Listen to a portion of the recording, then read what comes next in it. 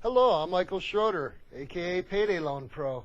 I am a former store manager of several high-volume payday loan, auto title loan, and check cashing stores in the Phoenix, Arizona area. Today, I'm going to talk to you about a dirty little secret the payday loan industry doesn't want you to know about. The new customer who applies for and receives a payday loan with absolutely no intention of ever paying the loan back. In states like Arizona, there are consumer protections written into law, such as a prohibition against going after a payday loan customer criminally for bouncing, putting a stop payment, or closing the bank account before the check is presented to the bank for payment. Rarely do payday loan companies take delinquent customers to civil court to try to recoup their losses because they don't want any more negative media attention than they already receive. In addition, they don't want to pay lawyer and court costs to obtain a judgment they may never be able to collect. Usually they sell their delinquent accounts to third-party collection agencies for pennies on the dollar. It is unlikely the collection agencies will try to sue either, though they will relentlessly call whatever phone numbers were listed on the customer application. Let me first state that I don't condone the actions of these customers, and this report is intended for educational purposes only. In most states, to get a payday loan, all you need to do is have an open checking account, a source of income, and a phone. Depending where you go for your loan, having an overdrawn checking account may not be a deal breaker. While many payday loan stores may require a pay stub, others do not. Some payday loan stores do not verify the phone numbers you list for your home, work, or personal references, especially if you're being waited on by a young, underpaid, inexperienced employee and the lobby has a lot of customers waiting in line. The process starts with the new customer application one must first fill out. The customer who seems to have the most success with getting a payday loan with no intention of ever paying it back will take the time to completely and neatly fill out the application. A sloppy application that is not completely filled out will draw more scrutiny than one that is completely filled out with good handwriting. Some customers have been known to provide a false Social Security number on the application. The payday loan companies don't run credit checks, so rarely do they verify the Social Security number you provide is actually yours.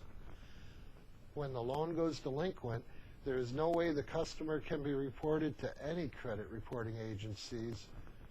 The more devious customers have used several different socials and different checking accounts in order to take out multiple loans with the same company but at different locations. Some customers have borrowed a friend's phone to use in case the payday loan store calls the number to verify you have a working phone. Others use prepaid phones that allow you to change your phone number with ease at little or no cost. Some customers list an incorrect home address as well. When the loan goes bad, collections department learns that they cannot be reached at that phone number, and rarely do collection agencies make field calls to houses. When it comes to providing proof of income, many but not all payday loan stores require a pay stub. Some customers have used their word processor to create realistic-looking pay stubs. The more sophisticated customers figure out what the tax withholding should look like for both the present pay period and the year to date. The more the stub says they make, the more money the customer qualifies for. Others list a company their friend works at as their supervisor, who will be willing to say the person works for the company. When the check goes bad and the collections department calls the employer listed on the application, they are told the person does not work there. A few customers have a direct line at work with their own voicemail. No matter how many messages are left, they never return the collector's calls. Usually a customer has to have an open checking account with pre-printed checks, since they'll be writing a check as collateral in case they fail to show up to pay on the due date. Some customers have got away with typing their name and address on starter checks.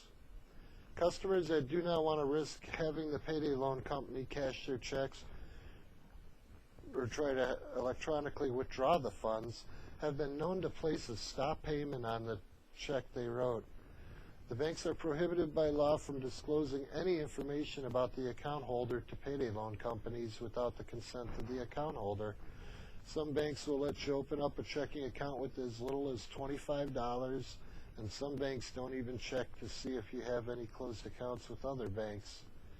Customers who never intend on paying the loan back either make up personal references or list people on the application they have no contact with. Most payday loan companies only call the references if they cannot reach the delinquent customer at home or work.